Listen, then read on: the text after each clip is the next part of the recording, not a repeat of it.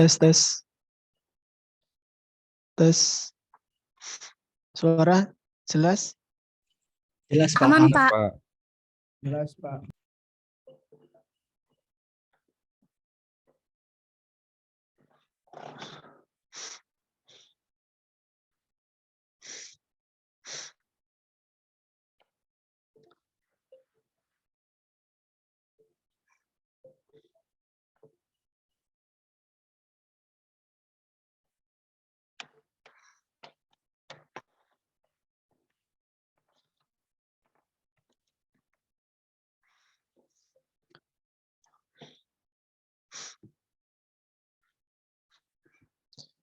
Baik, bismillahirrahmanirrahim. Assalamualaikum warahmatullahi wabarakatuh.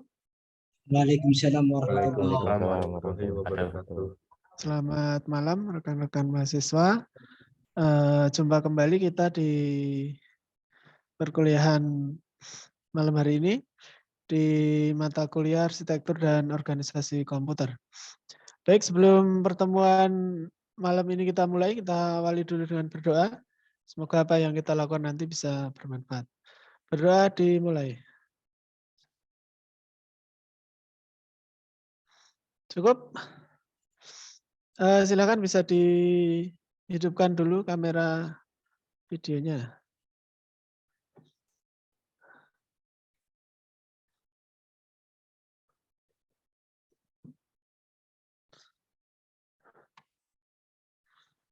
Ya, cukup banyak ya bergabung ya malam hari ini ya. Ada 26 mahasiswa.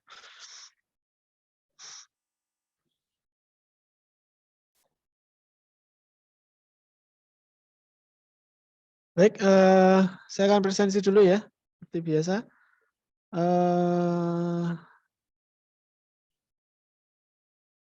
Sebentar, dari Informatika semester 1.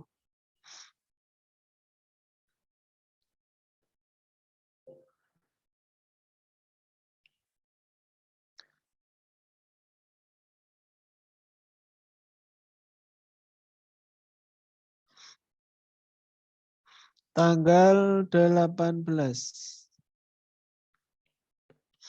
Ahmad Zarandia Atmoko. Hadir, Pak. Ahmad Haris Wahidin. Arbi Guntor Sinaga. Bagas Aditya Pratama. Hadir, Pak. Bintang Dia Abiyus Salam. Hadir, Pak. Irfan Maulana. Hadir, Pak. Maher Zainuddin Mukti Umar. Muhammad Khairi. Muhammad Rizik Susanto. Hadir, Pak. Muhammad Zaim Zufar. Mutiara Khairunisa. Nurul Burhan. R. Arif Prabowo Sulistyo.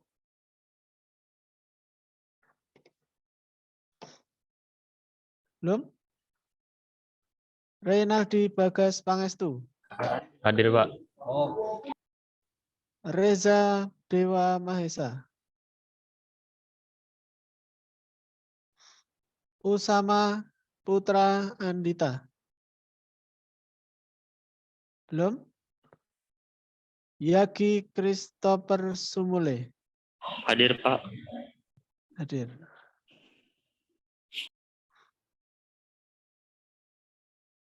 M. Raihan Al-Ghifari.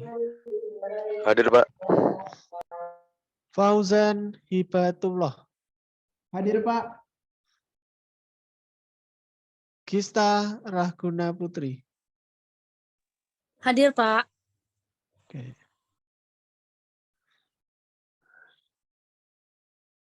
Sekarang SI semester 5. Tanggal 18. Adinda Lutfia Balkis. Ahmad Ulin Nuha. Hadir, Pak. Adrian Satria Karim. Fahrur Rohim. Hadir, Pak. Fikri Ahmad Mubarak. Hadir, Pak. Muhammad Raihan Zulfikar. Muhammad Ridwan Wahyu Al Yasin. Muhammad Soleh. Hadir, Pak. Salsa Dwi Agustiana. Hadir, Pak.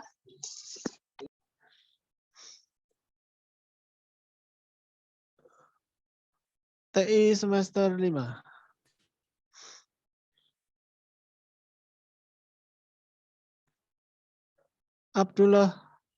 Abdallah Hudzaifi. Hadir, Pak. Atta Esa Nugraha. Hadir, Pak. Doni Wahyudi. Hadir, Pak. Fadli Marcelo. Ini baru di jalan tadi ya. Fajar Kurniadi.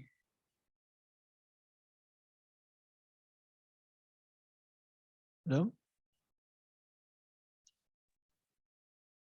Leonis Firdaus. Hadir, Pak.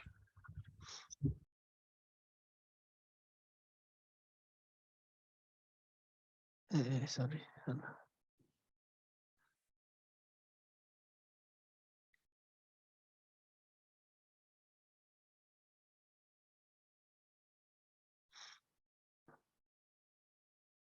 Maman Sulaiman. Raka Fadila. Reza Nur Arifin. Hadir. Ridwan Prastya. Rifki Setiawan. Hadir, Pak. Rifki Algi Fauzan. Hadir, Pak. Singgih Prastyo. Hadir, Pak. Topan Firdaus. Ya. Ada yang belum? Kayaknya udah semua kayaknya.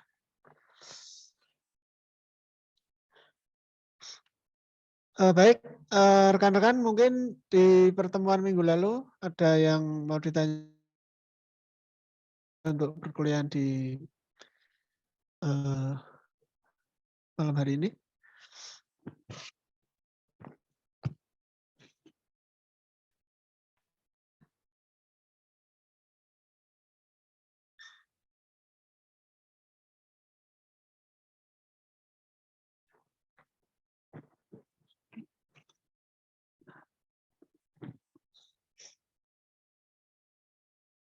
Ya, malam hari ini kita akan membahas tentang sistem bus. Jadi sistem bus itu adalah sistem yang menghubungkan antar komponen utama dari komputer. Tadi kan kemarin di sistem komputer itu ada 4 komponen utama ya, ada prosesor, kemudian input-output, kemudian memori. Nah, itu ada sistem terkoneksi yang menghubungkan ketiga bagian itu adalah sistem bus. Tapi sebelum saya mulai dengan materi sistem bus, saya akan memberikan materi dulu tentang motherboard. Jadi mungkin dari teman-teman ada yang sudah familiar atau mungkin sudah terbiasa ya dengan perangkat MOBO atau motherboard. Mungkin juga ada beberapa teman-teman yang belum terlalu familiar. Jadi pertama saya akan mengenalkan dulu apa itu perangkat motherboard.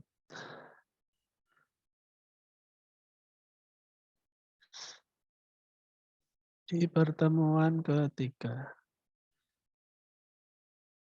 Jadi pertemuan nanti kita akan mulai dengan membahas tentang motherboard, kemudian kita lanjutkan dengan sistem bus, kemudian yang terakhir itu kita akan membahas tentang chipset atau komponen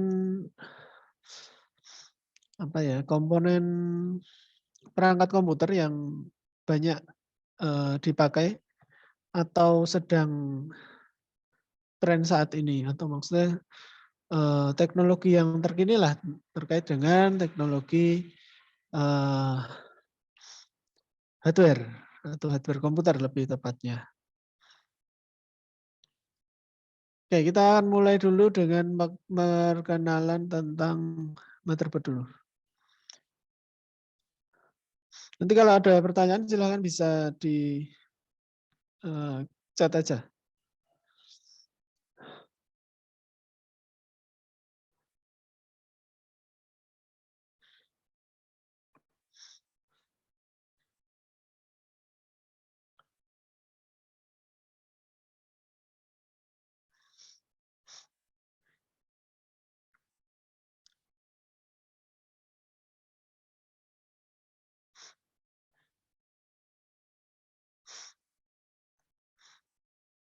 Baik, untuk ini sudah tampil ya di screen ya?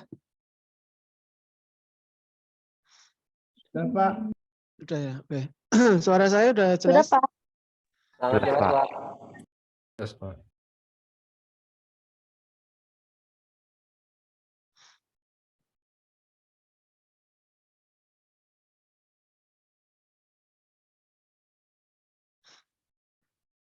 Oke, di materi pertama kita akan membahas apa itu motherboard. Jadi motherboard itu adalah bentuknya yang seperti di gambar ya.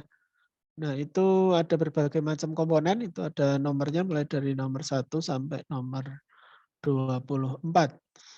Nah, inilah pada intinya sebenarnya tujuan utama motherboard itu lebih kepada interkoneksi antar perangkat-perangkat hardware kayak seperti prosesor, kemudian memori. Nah, itu motherboard itu adalah kumpulan dari sistem bus sebenarnya. Tapi semakin ke sini itu semakin banyak juga perangkat-perangkat yang dijadikan satu di dalam motherboard. Contohnya untuk perangkat input output ini ya. Nah, ini juga termasuk dalam sistem bus sebenarnya. Jadi komponen motherboard itu intinya ada yang ini, perangkat nomor 2. Nah, nomor 2 ini adalah sistem bus untuk menempatkan RAM. Ini nomor 2. Kemudian ada nomor 3, ada nomor 4. Itu adalah untuk chipset interkoneksi ya, chipset short bridge dan not bridge. Nanti akan di detailnya ada di belakang. Nah, ini adalah yang di dalam CPU itu ya, yang untuk untuk menempatkan berbagai macam perangkat komputer, hardware-nya itu ditempatkan di dalam motherboard ini. Selain sebagai sistem bus, itu juga sebagai distribusi untuk arus listrik ya, karena perangkat-perangkat komponen elektronik ini kan juga membutuhkan arus. Contohnya untuk prosesor itu si motherboard ini juga berfungsi untuk menyesuaikan kebutuhan arus dari prosesor. Misalkan di situ ada power supply, kemudian power supply-nya itu sudah ada soket-soketnya yang ditempatkan baik itu di dalam untuk suplai prosesor, kemudian untuk suplai hard disk dan lain-lain.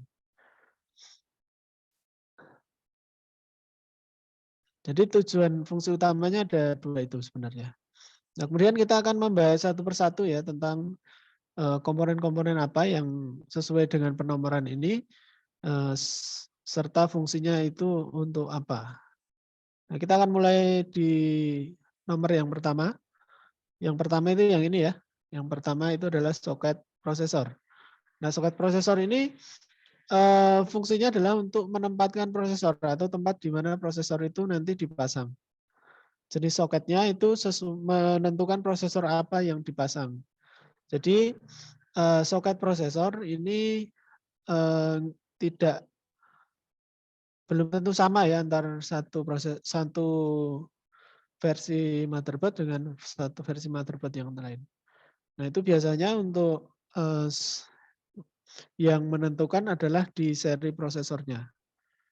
Di motherboard ini bisa dipakai untuk prosesor jenis tipe ABCD. Nah, itu disesuaikan dengan jenisnya. Soket tertentu hanya bisa dipasang prosesor tertentu ya. Tuh, jadi nggak semua motherboard itu support untuk dipasang dengan berbagai macam jenis prosesor. Jadi kita harus spesifik ya dalam menentukan, misalkan kita mau merakit komputer, kemudian kita harus menentukan jenis prosesor yang akan kita pakai, kemudian kita juga harus menentukan kompatibilitas dengan si motherboard-nya gitu. Kemudian slot memori yang nomor 2 ya, nomor 2 itu yang ini. Ini adalah slot memori untuk menempatkan memori RAM.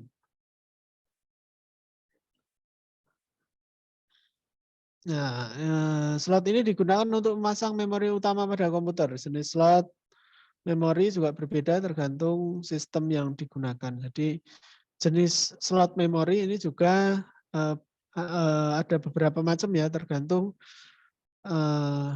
apa RAM-nya yang dipakai itu RAM tipe apa. Biasanya ada juga kompatibilitas antara prosesor dan juga RAM. Kemudian nomor 3 yang ini, yang berada di dekat prosesor, itu adalah not bridge. Nah, ini merupakan sebuah komponen utama untuk mengatur lalu lintas data antar prosesor dengan sistem memori dan saluran utama motherboard. Jadi yang motherboard yang banyak beredar saat ini itu motherboard yang menggunakan jenis ada not bridge-nya dan juga ada short bridge-nya. Yang ini adalah sistem bus sebenarnya. Sistem bus yang menghubungkan ini disebut sebagai high speed bus karena dia menghubungkan perangkat-perangkat dengan kapasitas peripheral yang besar. Contohnya adalah si not bridge ini menghubungkan memori utama, kemudian kartu grafis. Nah, itu kan membutuhkan bandwidth yang besar ya. Makanya dia berada diletakkan di dekat dengan prosesor atau disebut sebagai not bridge. Kemudian yang nomor 4 itu adalah short bridge. Nah, short bridge ini biasanya dipakai untuk menghubungkan ke perangkat-perangkat yang tidak terlalu membutuhkan kecepatan yang besar.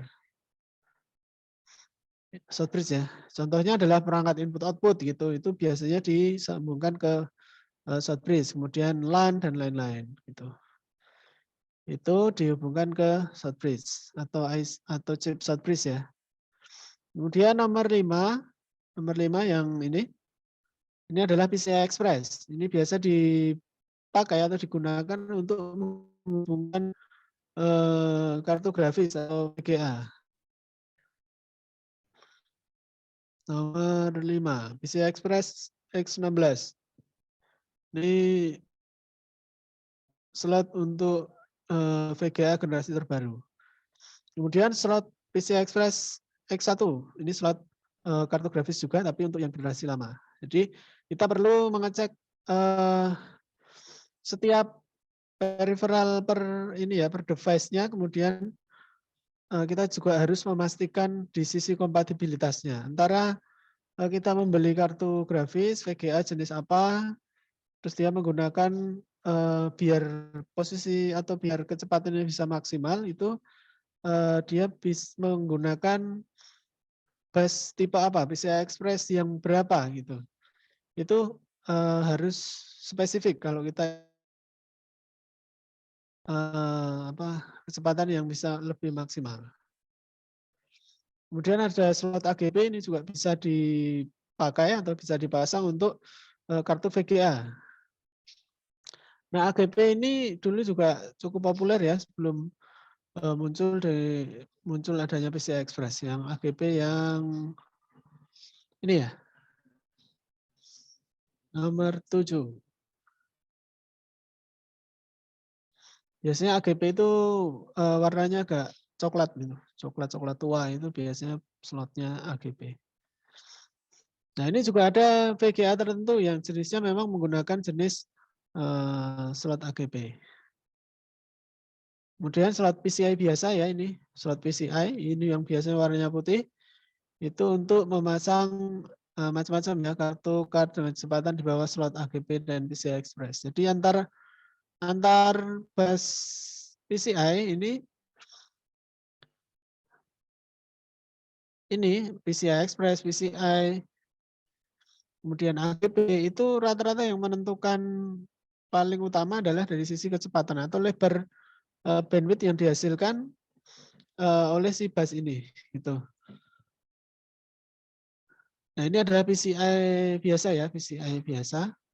Kalau zaman dulu masih ada ISA yang slotnya panjang itu.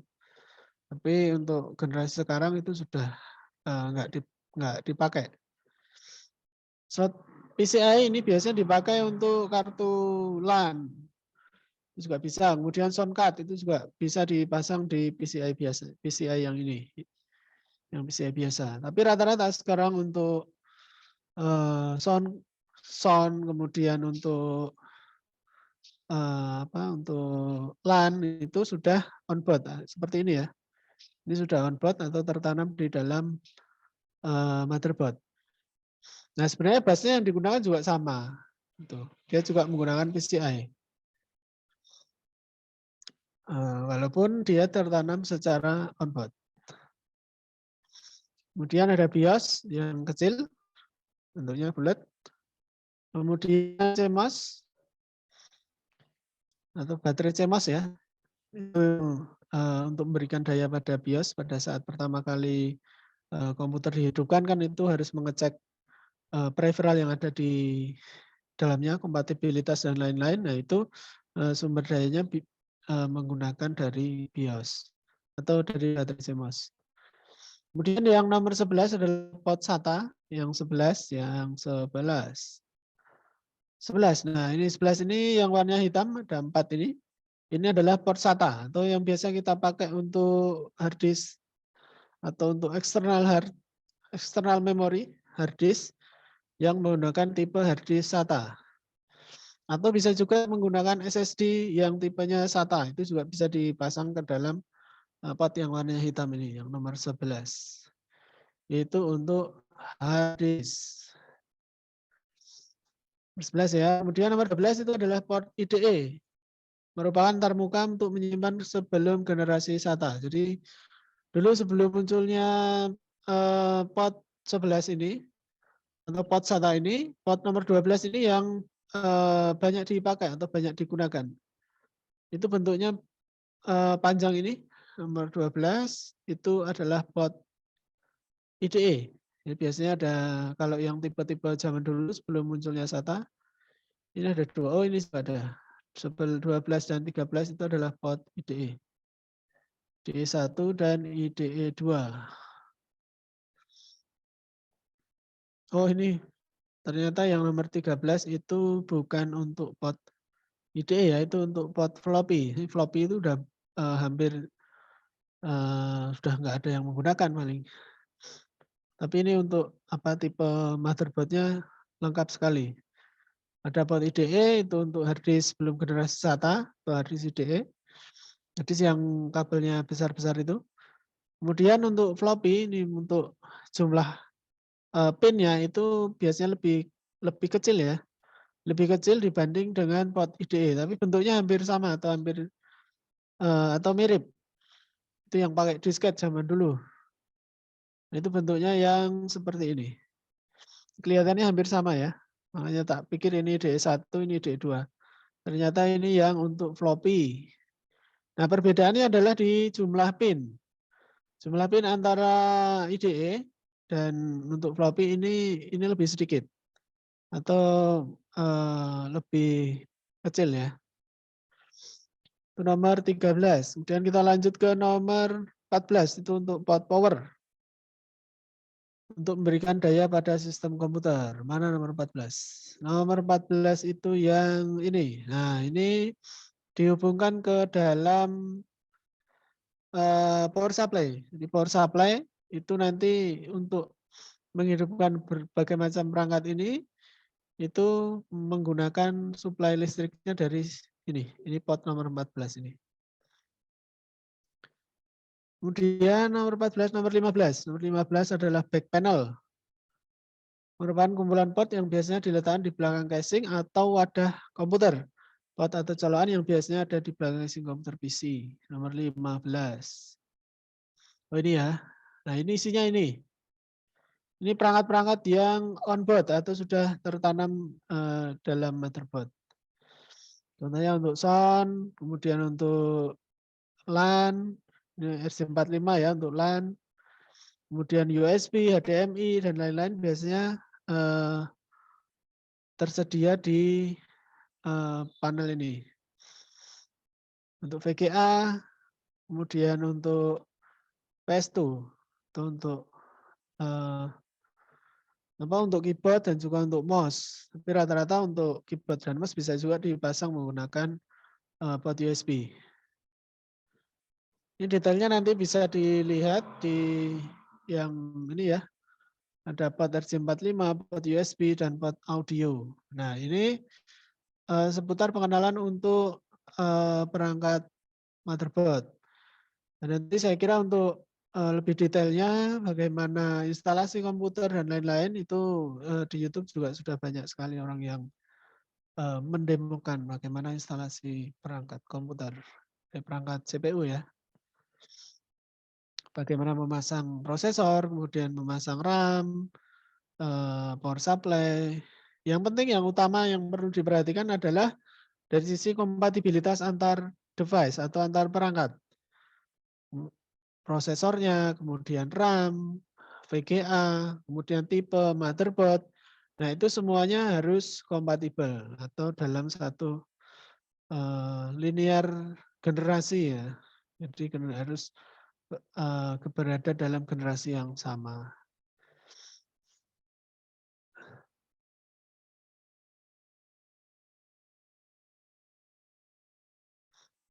Oke, ini untuk motherboard. Kemudian kita akan lanjut ke sistem bus atau bus system. Nanti di sini akan lebih detail untuk pembahasan tentang yang di dalam motherboard tadi, lebih mendetail. Nah, sistem bus atau bus system itu dalam arsitektur komputer itu merujuk pada bus yang digunakan oleh si sistem komputer itu untuk menghubungkan semua komponennya dalam menjalankan tugas. Jadi tujuan utama dari sistem bus itu menghubungkan 3 komponen utama tadi ya, baik itu input output, kemudian sistem memori, kemudian prosesor gitu. Kemudian data atau program yang tersimpan dalam memori dapat diakses dan dieksekusi oleh CPU melalui perantara sistem bus. Jadi harusnya bolak-balik ya. CPU itu untuk mengeksekusi, kemudian memori itu untuk menyimpan datanya. Kemudian input output sebagai sebagian dari kita proses input, kemudian ada output atau sebagai hasil. Kemudian sebuah komputer memiliki berapa bus agar dapat berjalan. Banyaknya bus yang terdapat dalam sistem tergantung dari arsitektur komputer yang dipakai atau digunakan. Tentunya arsitektur bus itu juga berbeda-beda ya, ada tergantung dari arsitektur yang digunakan. Mungkin dalam arsitektur komputer x86 itu tentunya nanti akan berbeda dengan arsitektur ARM dan lain-lain.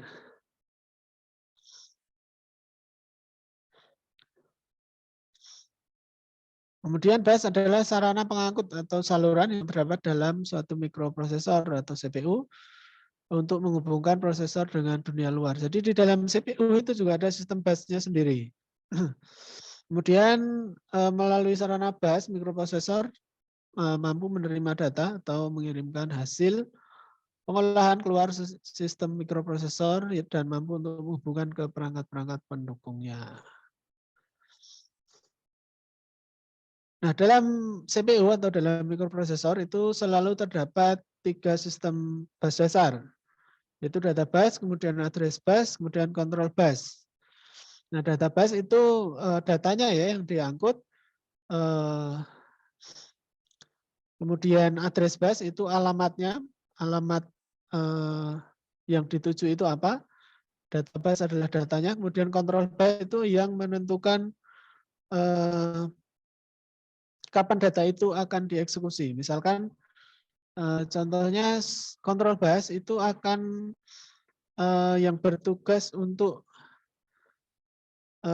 mana program yang akan dieksekusi terlebih dahulu, mana yang akan dikerjakan terlebih dahulu. Nah, itu adalah tugas dari control bus. Jadi mengatur agar data yang masuk ke dalam prosesor atau data yang keluar dari prosesor yang untuk disimpan ke dalam RAM misalkan, itu tidak saling bentrok atau tidak saling tumpang tindih.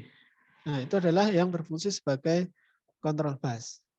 Nah, kalau database itu bersifat bidireksional atau dia bolak-balik ya. Kemudian kalau address bus itu unidireksional. Tujuannya adalah unik ya. Kemudian control bus juga unidireksional. Nah, penjelasan lengkapnya adalah database itu sebagai sarana pengangkut data ya. Kemudian jumlah database menyatakan lebar jejak data pada CPU. Database biasanya digunakan sebagai taksonomi dari mikroprosesor yang bersangkutan. Nah, kemudian address bus itu sebagai pembawa alamat ya. Jadi yang sifatnya tadi, yang unidireksional tadi, setiap komponen pendukung dalam sistem komputer itu mempunyai alamat unik. Jadi kalau misalkan hasil dari proses yang ada di dalam prosesor kemudian disimpan di dalam memori, nah itu sudah ada slot memori khusus atau yang sifatnya unik ya untuk menyimpan hasil dari yang di proses oleh prosesor tadi. Jumlah dari address bus itu menyatakan jumlah komponen pendukung yang mampu dialamati oleh mikroprosesor yang bersangkutan. Kemudian control bus ya tadi yang mengatur jalannya antar komponen komputer itu biar bisa berjalan secara berkesinambungan ya, itu harus ada yang mengatur. Misalkan input output itu ada kontrolnya, kemudian prosesor juga ada yang mengontrol, jadi prosesnya itu tidak saling bentrok atau tidak terjadi bottleneck dan lain-lain. Kemudian sebagai sarana pembawa sinyal kontrol antar mikroprosesor dan perangkat pendukung di dalam kesinambungan komunikasi. Jadi mengatur jalannya komunikasi antar perangkat.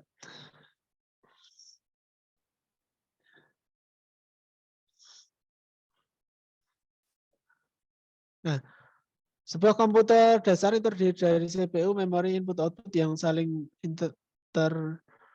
berinteraksi ya. Itu sebagai fungsi dasar dari komputer itu yang dihubungkan oleh modul-modul atau dikenal sebagai struktur interkoneksi atau disebut sebagai sistem bus. Kemudian ada 3 jenis transfer data yang terjadi ya. Nah itu pasti akan bolak-balik ya, saling membutuhkan antar ketiga komponen utama tadi, baik dari memori, kemudian CPU dan juga input output. Nah kemudian dari 3 jenis data transfer ini masing-masing akan membutuhkan modul yang digunakan untuk interkoneksi. Nah, itu ada CPU interkoneksi, kemudian memori interkoneksi, kemudian input output interkoneksi.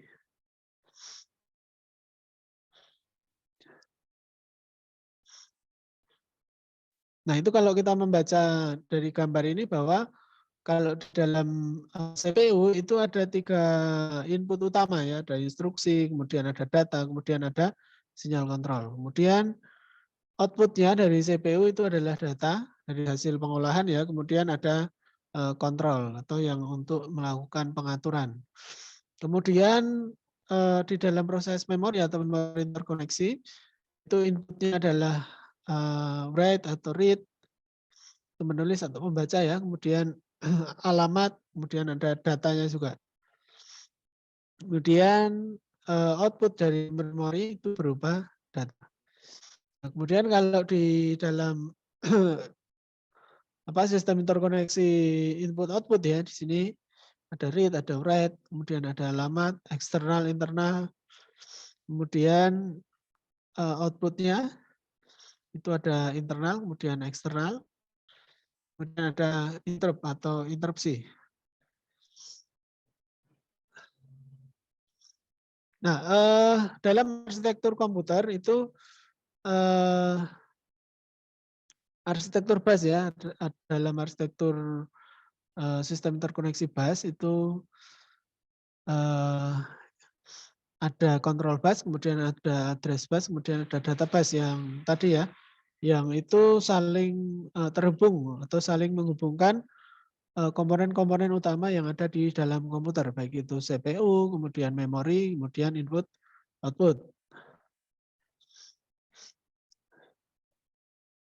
Nah, kelemahan apa yang umumnya dialami dalam sistem bus itu umumnya adalah terjadinya delay atau propagation delay. Kemudian kalau propagation delay itu adalah keterlambatan ya, keterlambatan data biasanya karena kan di prosesor dan juga di memori itu kecepatannya kan pasti berbeda.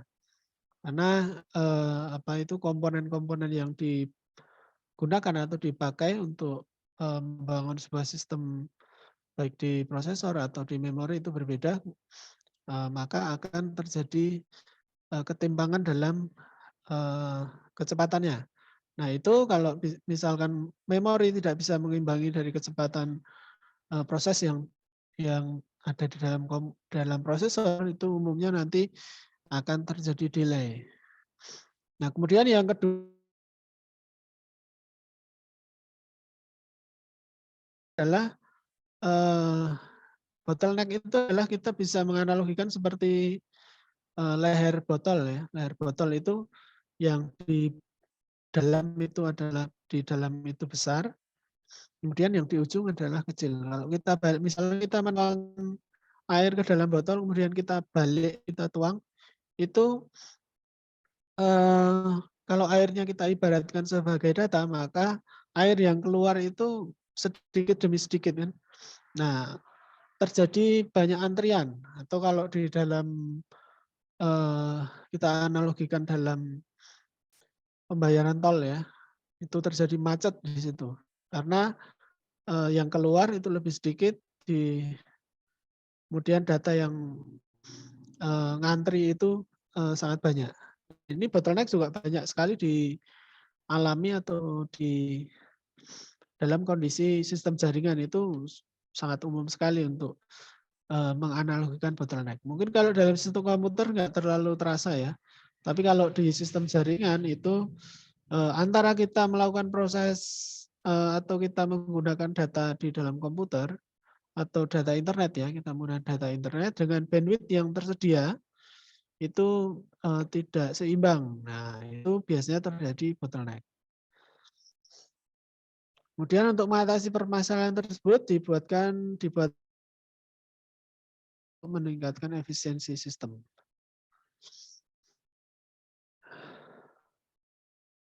Nah, karena kan kebutuhan dari masing-masing peripheral itu nantinya akan berbeda ya, baik dari perangkat input output, kemudian memori, prosesor itu pasti nanti akan berbeda tingkat kecepatannya masing-masing. Jadi dibutuhkan arsitektur sistem bus yang bisa mengakomodir semua kebutuhan kecepatan dari masing-masing peripheral. Contohnya misalkan untuk perangkat input output, mouse, keyboard, kemudian sound, tentunya akan berbeda dari sisi kecepatan dengan misalkan dengan dari koneksi dari memori ke CPU atau misalkan dengan display atau dengan VGA ya, komunikasi VGA dengan CPU itu tentunya nanti akan berbeda dari sisi kecepatan. Nah itu kan nggak mungkin bisa disamaratakan ya, karena kebutuhan bandwidth dari masing-masing peripheral itu tentunya akan berbeda. Nah kemudian dari sisi teknologi ya, di sistem bus itu yang zaman dulu itu ada traditional bus atau ISA bus, kemudian ada high speed bus atau PCI bus. Nah, tradisional bus atau ISA bus itu umumnya dipakai untuk perangkat-perangkat low speed ya. Peripheral high speed contohnya yang tadi ya. Perangkat setiap peripheral itu pasti kecepatannya akan berbeda, maka diperlukan juga bus yang tipenya juga berbeda. Maka tadi dibedakan menjadi high speed bus dan juga traditional bus ya, traditional bus. Nah, high speed bus itu contohnya adalah untuk perangkat-perangkat dengan kebutuhan bandwidth yang besar, contohnya network, SCSI, video, dan grafis. Nah, itu biasanya membutuhkan untuk kecepatan tinggi. Kemudian perangkat-perangkat dengan kebutuhan low speed itu dikoneksikan dengan expansion bus yang sama. Nah, ini adalah sistem yang zaman dulu ya, zaman dulu yang menggunakan traditional bus itu antara high speed yang network, SCSI, video dan grafis itu menggunakan bus yang sama sehingga kinerjanya itu tidak bisa optimal. Jadi zaman dulu itu segala macam peripheral itu dihubungkan ke dalam bus yang sama. Itu menggunakan yang disebut sebagai ISA bus ini. Nah, jadinya apa? Jadinya bahwa kinerjanya pasti tidak akan maksimal. Beban bus menjadi sangat berat sehingga kinerjanya pasti akan sangat lambat. Padahal setiap peripheral itu mempunyai fungsi masing-masing dengan kebutuhan kapasitas yang berbeda. Nah, di sistem tradisional bus ini pada zaman dulu ya, awal tahun 80-an pada awal-awalnya itu memakai single bus system atau sistem bus tunggal.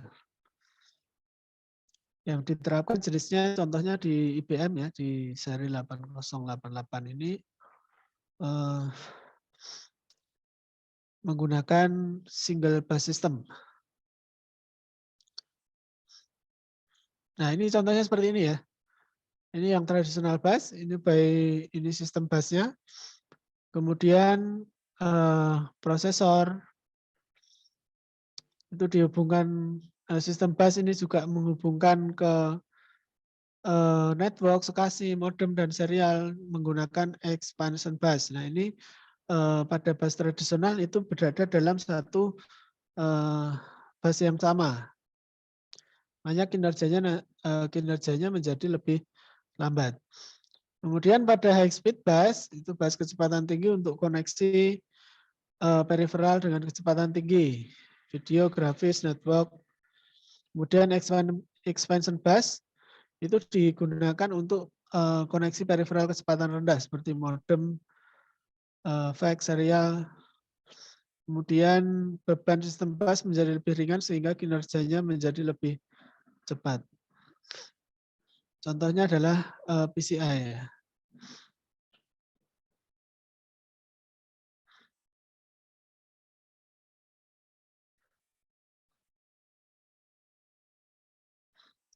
Nah, di dalam sistem bus juga dibagi menjadi beberapa generasi ya. Generasi pertama itu fungsi utamanya adalah menyediakan jalur komunikasi untuk data transfer. Kemudian generasi kedua itu memisahkan komputer menjadi dua, CPU, memori, dan perangkat keras dengan sebuah bus controller. Kemudian generasi ketiga muncul hypertransport dan InfiniBand. Bus ini sangat fleksibel dan dapat digunakan bersama seperti internal bus. Jadi kalau bus yang banyak atau yang umum dipakai sekarang ya, yang di pasaran itu tadi sudah ada di gambar di motherboard tadi, itu dibedakan di North Bridge dan South Bridge tadi ya. South Bridge itu untuk menghubungkan untuk perangkat-perangkat dengan kecepatan rendah ya. Kemudian high speed bus atau North Bridge itu dipakai untuk perangkat-perangkat yang membutuhkan kecepatan tinggi. Nah, tapi yang di generasi terbaru sekarang, yang umumnya untuk motherboard gaming ya, untuk perangkat-perangkat game itu North Bridge itu sudah nggak ada ya, langsung dicampur di dalam prosesor. Kemudian diganti dengan sistem chip baru. Nanti di materi selanjutnya nanti ada penjelasannya. Ini untuk apa ya, perangkat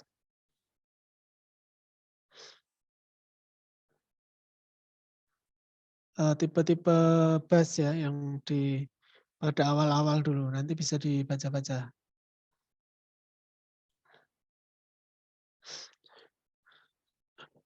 Baik, sampai di sini mungkin ada pertanyaan?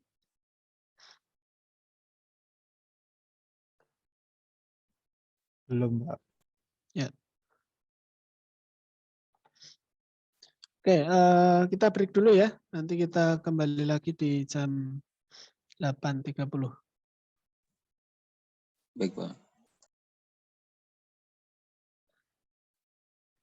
Mudah-mudahan untuk 3 materi nanti bisa cepat semuanya bisa selesai ya. Jadi saya harapkan nanti on time ya. 8:30 kita sudah kembali lagi.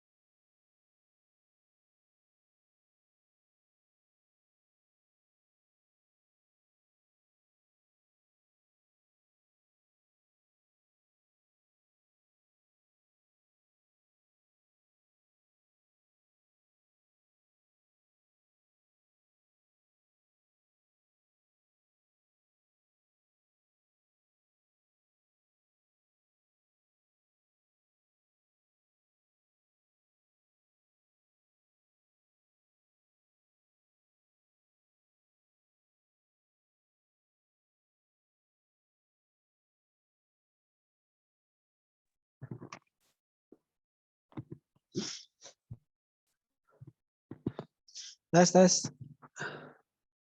Masuk, Pak. Baik, kita lanjut lagi ya. Silakan dinyalakan dulu kameranya.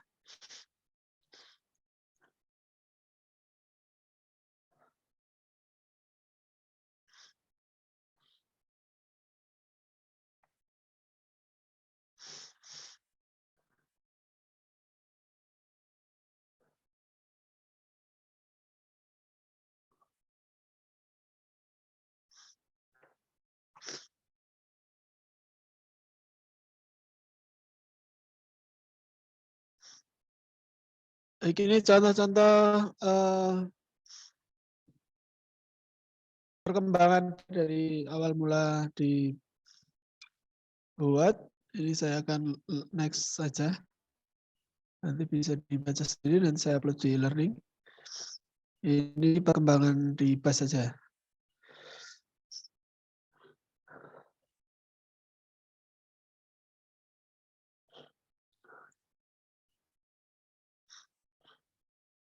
Nah, ini BAS ISA ya. BAS ISA itu awalnya diperkenalkan di tahun 81 ya, 1981. Itu jenisnya juga beberapa macam. Ada yang 16 bit, ada yang 8 bit. Ini BAS yang paling awal lah ya, BAS dasar yang paling umum digunakan pada komputer IBM pada tahun 92 atau 95 ya, hingga tahun 95 ya. Sebelum munculnya BAS PCI. Nah, ini BAS ISA ini untuk mainboard zaman dulu yang bentuknya agak besar-besar itu mainboardnya. Itu kalau kita ketemu BAS yang warnanya hitam, nah ini adalah ISA. Kemudian ada USB ya, ada Universal Serial Bus, ini banyak sekali dipakai atau digunakan untuk perangkat-perangkat peripheral komputer. Contohnya scanner, printer, mouse, flash disk, keyboard itu banyak menggunakan bus USB. Karena sifatnya universal, jadi banyak untuk HP juga pakainya USB. Ini ada beberapa macam tipe USB tipe A, tipe B, tipe C ya, tipe C yang untuk HP yang agak besar itu, kemudian USB mini.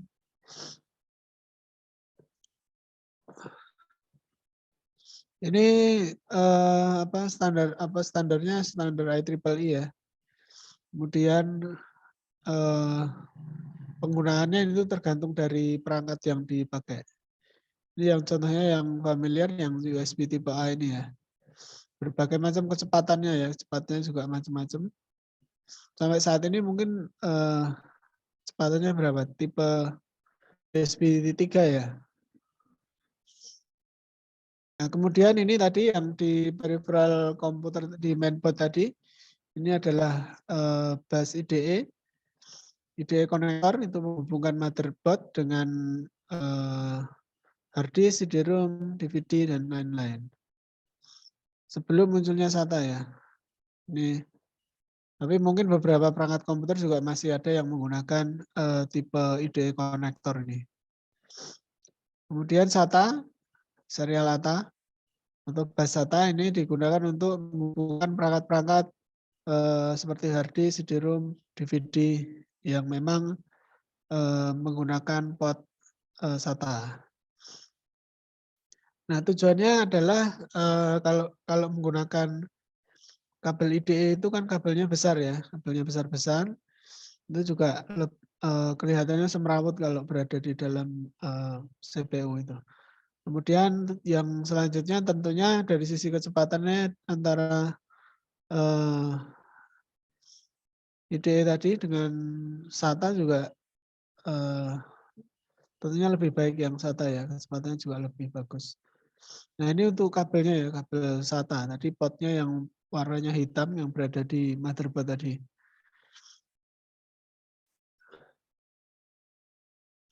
Kemudian ada SCSI.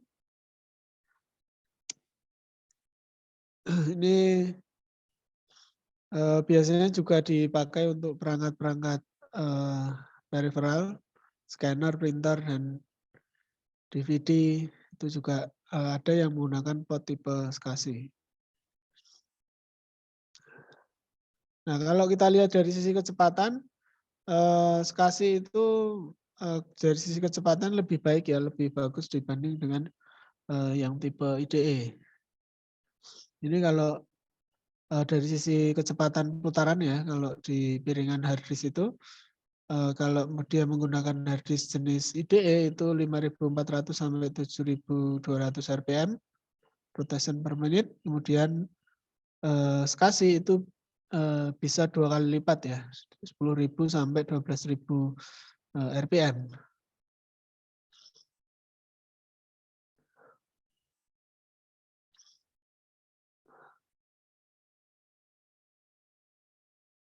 Nah, ini tipe SCSI ya.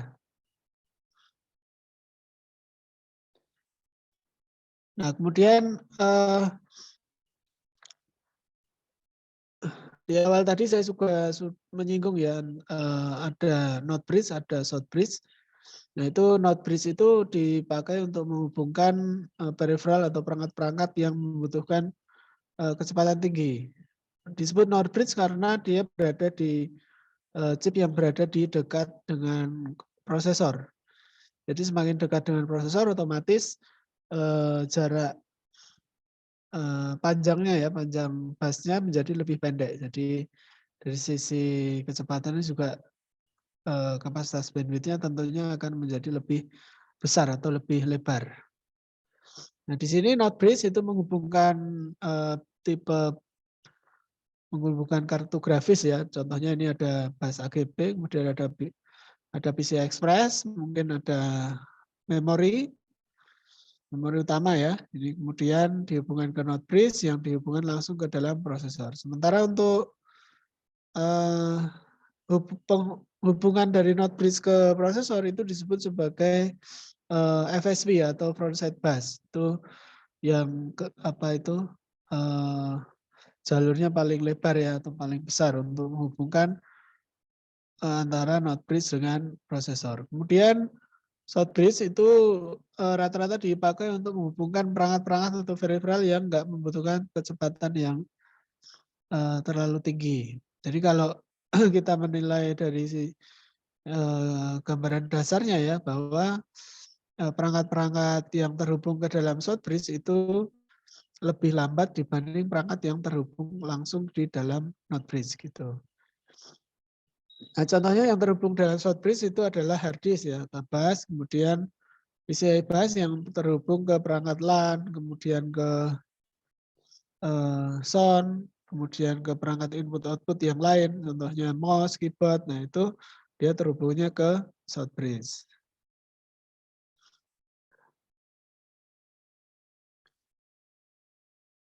Nah, ini juga sama ya. Node bridge itu high speed graphic bus. Jadi dia bisa saja terhubung ke AGB atau PCI Express. Ya, dia di dalam ini bus PCI itu terdapat graphic card slot. Jadi dia untuk VGA ya, VGA terhubung ke node bridge. Kemudian terhubung juga ke memori utama ya atau memori RAM. Di sini memori terus ada slot memorinya ya, slot memori. Nah, untuk perangkat yang kecepatannya rendah, lebih rendah itu terhubung ke short bridge. Nah, itu short bridge itu menghubungkan I/O controller hub. Itu disebut sebagai I/O controller hub ya, itu menghubungkan IDE, SATA, USB, Ethernet, audio, kemudian apa ini? CMOS memory. Nah, itu terhubung ke dalam short bridge. Ini ada PCI bus, PCI biasa ya ini ya, bukan PCI Express. Nah, PCI biasa itu yang warnanya putih itu. Kemudian IDE ini terhubung ke peripheral perangkat-perangkatnya. Nah, ini terhubung ke short bridge. Nah, nanti di short bridge itu ada internal bus yang menghubungkan antara short bridge dan node bridge. Ini nanti aja.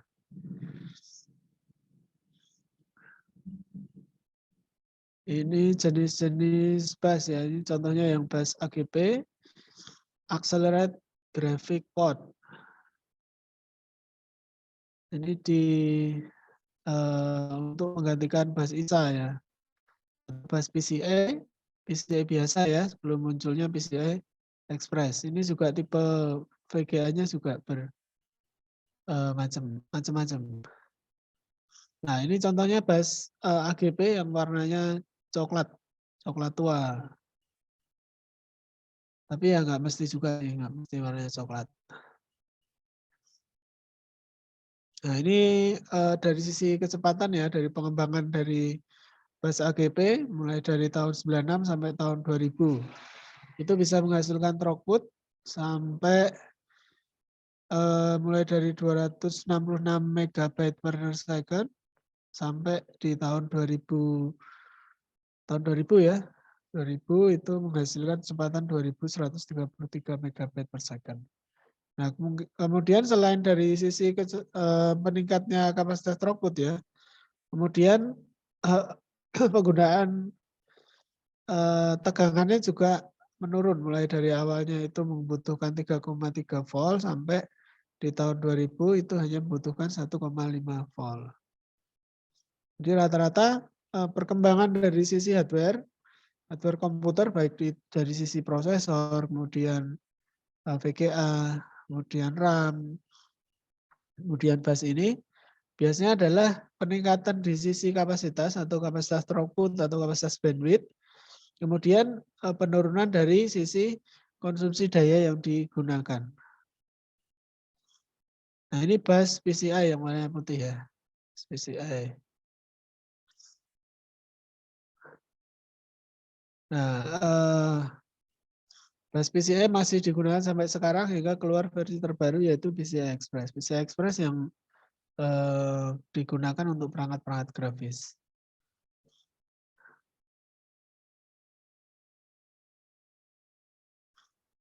Nah, ini bentuk panjangnya ya dari PCI X, PCI biasa, PCI Express, AGP.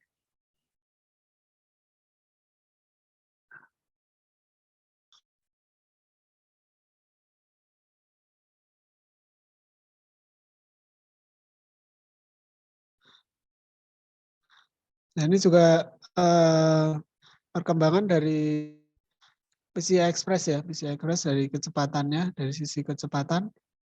Mungkin kalau kita lihat di PCI X 32X itu sudah sampai 8 giga per second.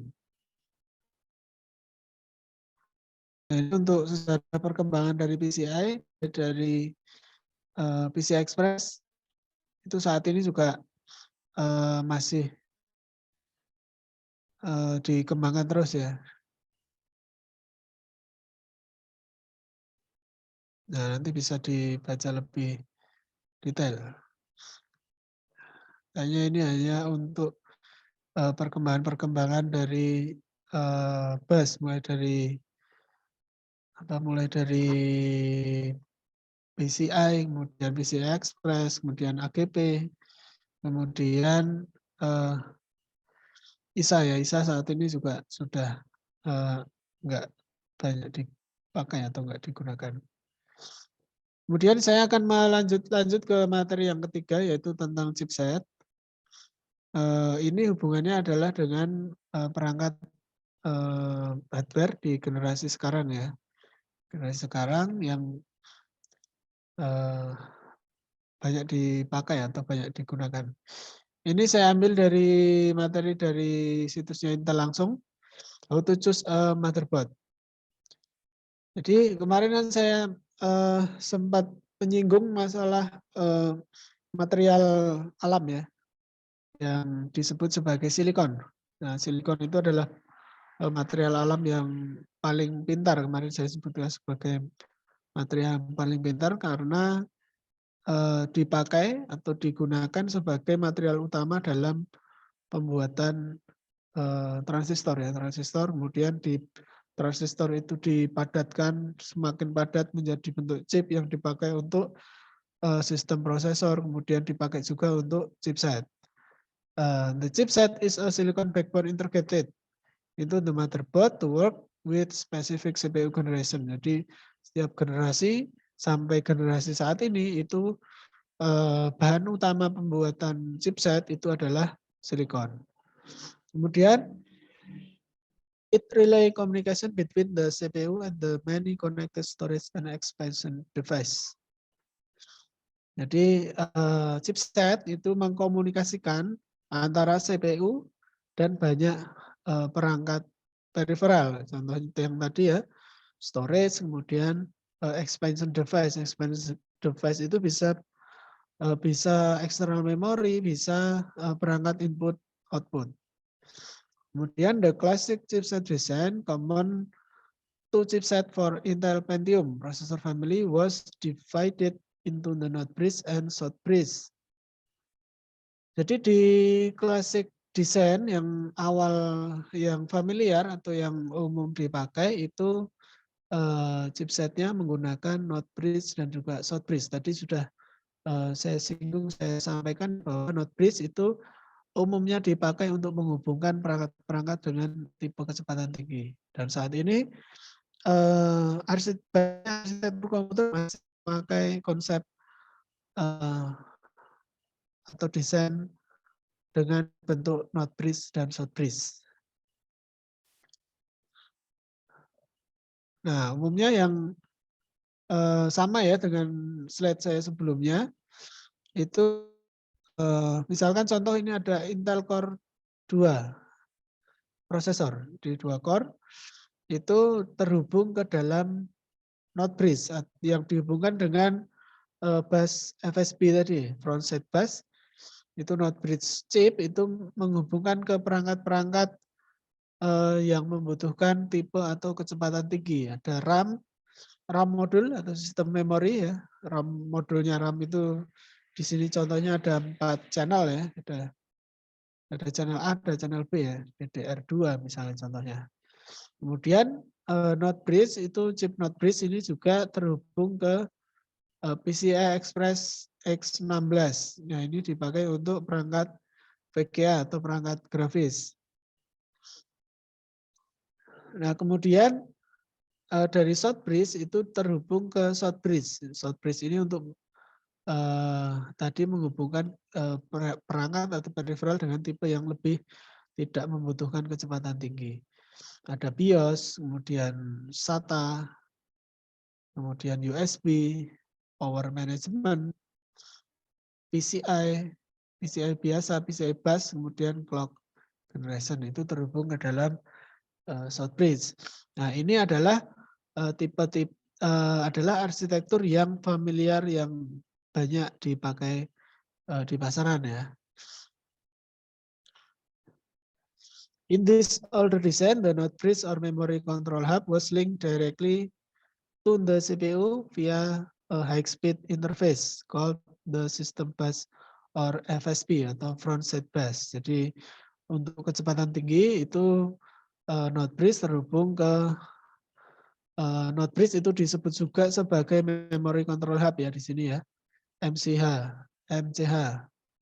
Memory control hub itu link directly to the CPU via high speed atau disebut sebagai FSB. Jadi antara north bridge dengan prosesor itu terhubung melalui bus FSB ini atau frontside bus. To control the system perform a critical component memory and expansion bus that connected to a graphics card. Jadi perangkat utama yang terhubung dari si chipset north bridge tadi adalah memori dan juga PCI Express ya untuk grafis. Kemudian the south bridge or I/O controller hub. Jadi kalau north bridge tadi disebut sebagai MCH ya atau memory control hub, maka south bridge itu disebut sebagai I/O controller hub karena dia menghubungkan ke perangkat-perangkat yang lebih banyak bersifat sebagai input output. With a slower internal bus. Jadi dari sisi kecepatan kalau kita membandingkan antara kecepatan south bridge dan north bridge, tentunya north bridge yang berdekatan dengan prosesor itu lebih tinggi dari sisi kecepatan. Kemudian Node Bridge itu menghubungkan Ethernet, USB port, on-board audio dan lain-lain. Tadi sudah di gambar tadi juga sudah cukup jelas. Nah, kemudian starting with first generation Intel Core processor in 2008 ya, Intel chipset have integrated the function of the Node Bridge into the CPU. Jadi pada tahun 2008 Intel melakukan inovasi ya, karena mengingat kebutuhan dari si sistem komputer yang cukup tinggi, maka chipset yang berada di dalam Node Bridge itu digabung ke dalam CPU. Jadi Intel chipset have integrated the function of the Node Bridge into the CPU. Jadi sudah enggak ada lagi Node Bridge karena sudah dijadikan satu ke dalam CPU. Jadi untuk bus yang generasi terbaru ya, itu prosesor memori dan juga grafis itu langsung terhubung ke dalam CPU, tidak melalui Node Bridge lagi. The memory control one of the major factor affecting chipset performance is now within the CPU itself, reducing lag in communication between the CPU and RAM. Jadi tujuannya adalah mereduksi terjadinya lag ya, yang mungkin dihasilkan dari arsitektur komputer yang masih menggunakan generasi Node Bridge.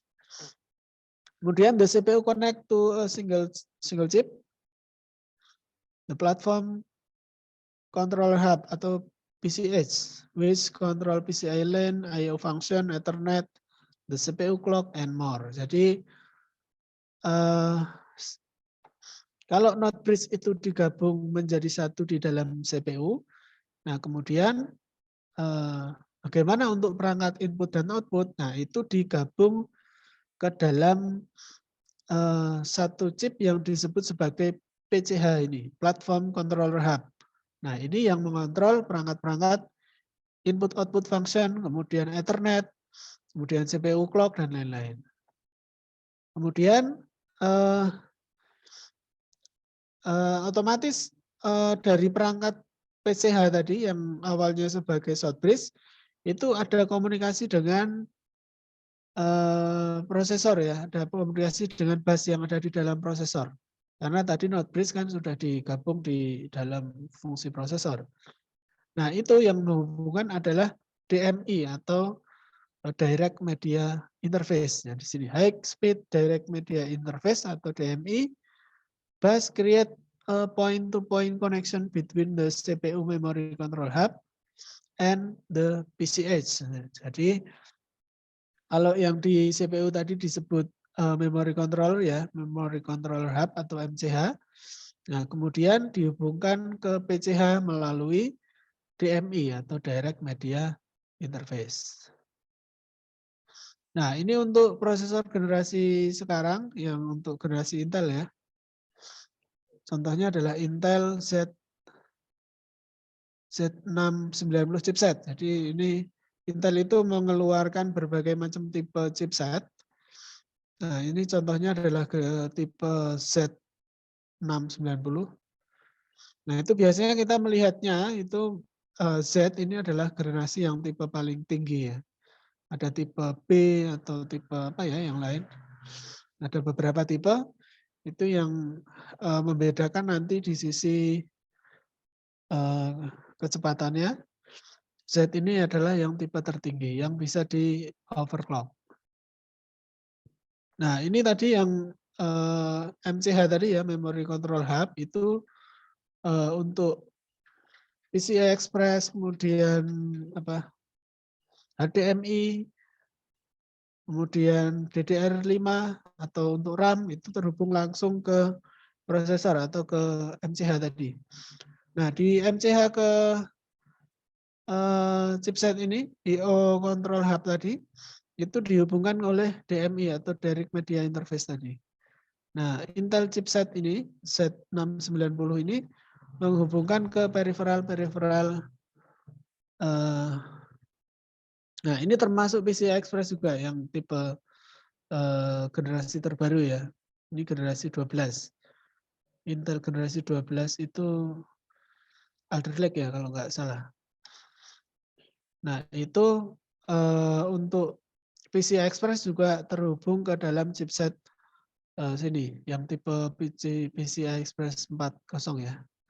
Kemudian SATA. Kemudian USB. Apalagi nih?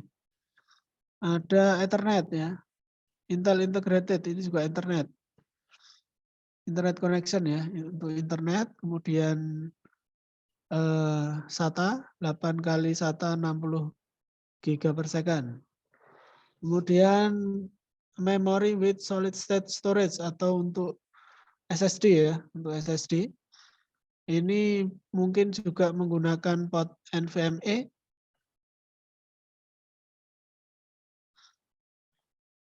Ini untuk smart sound teknologi, Intel High Definition Audio. Jadi rata-rata untuk yang terhubung ke dalam chipset adalah untuk perangkat input output. Ada WiFi 6. Nah, ini terhubung ke chipset. Nah, ini sama ya. Sama yang tadi. Nah, ini contoh untuk motherboard seri gaming ya. Seri gaming yang saya sampaikan tadi yang sudah tidak ada short bridge dan not bridge. Jadi not bridge itu digabung ke dalam fungsi prosesor sebagai MCH atau memory control hub. Nah, kemudian chipsetnya ada di sini ya. Di sini ada chipset. Nah, chipset contohnya yang seri Z690 tadi. Di sini ada chipset, kemudian ini ada yang menghubungkan ke perangkat ini disebut I/O control hub ya. I/O control hub, kemudian dihubungkan ke MCH melalui port DMI atau Direct Media Interface. Ya, pas sekali ini sudah jam 9. Nanti materi akan saya upload di Learning. Silakan mungkin masih ada waktu 1 menit. Silakan kalau ada pertanyaan. Jadi khusus untuk banyaknya yang tergabung ya, yang antara memori MCH tadi, yang tergabung dalam prosesor itu dipakainya untuk motherboard generasi terbaru, kemudian yang banyaknya dipakai untuk game juga. Tapi rata-rata yang di pasaran juga masih banyak yang menggunakan chipset yang terpisah tadi antara short bridge dan not bridge.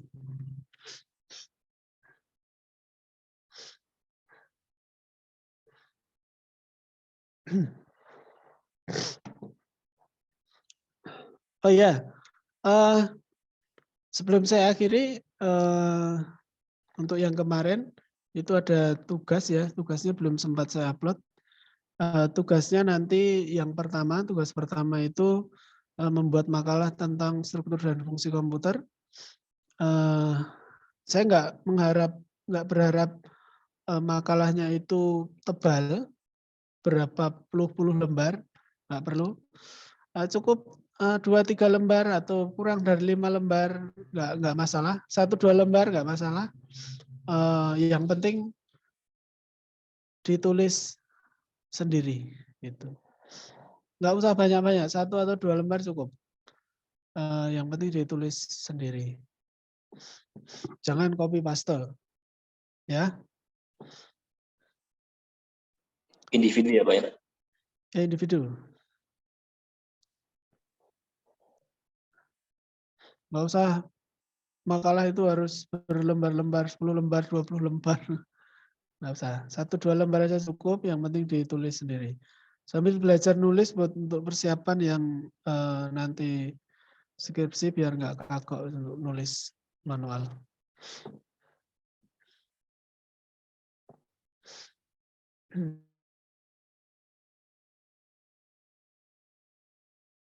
Kawan, Pak.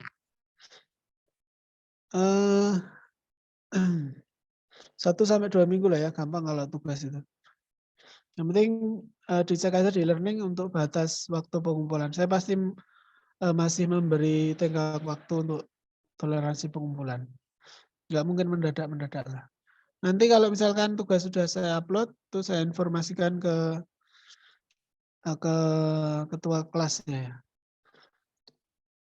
Biar disampaikan ke teman-teman. Oke, baik, Pak. Baik, saya kira cukup ya untuk pertemuan kita di malam hari ini. Semoga bisa sedikit menambah wawasan terkait dengan hardware komputer, khususnya di perkembangan teknologi motherboard. Cukup sekian sedikit yang saya sampaikan, mudah-mudahan bermanfaat. Kurang lebihnya mohon maaf. Saya akhiri. Assalamualaikum warahmatullahi wabarakatuh. Waalaikumsalam warahmatullahi wabarakatuh. Terima kasih banyak, Pak. Terima kasih, Pak.